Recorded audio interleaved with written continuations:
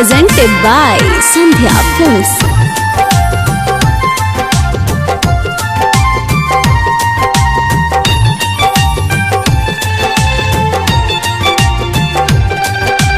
चल गईली पत्थर मार के आंसू पिया तन दिल हार के याद आवे बेवफा याद के याद आवे बेवफा याद के चल गईली पत्थर मार के आंसू पिया तन दिल हार के याद आवे बेवफा याद के याद आवे बेवफा याद के।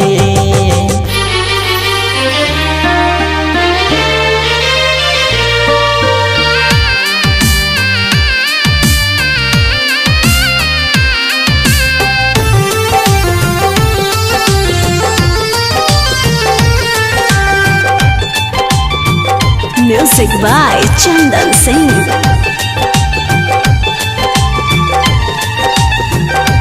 उनका गैला के कवनो ही रोह नहीं बा जग में केहू नहीं खे अपने से मोह नहीं बा। उनका गैला के कवनो ही रोह नहीं बा जग में केहू नहीं खे अपने से मोह नहीं बा। सौदा किनले रहनी बाजार के आंसू पिया तन दिल हार के याद आवे बेवफा याद के याद आवे बेवफा याद के।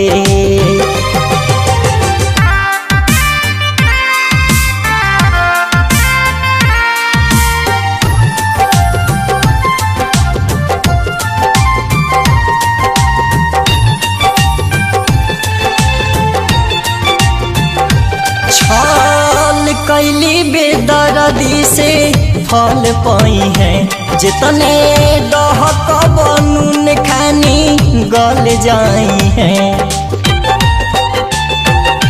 छल कैली बेदर्दी से फल पाई है जितने दहक बनून खानी गल जाई है। अभिषेकवा बात सुनावे प्यार के अभिषेकवा बात सुनावे प्यार के याद आवे बेवफा याद के याद आवे बेवफा याद के। चल गईली पत्थर मार के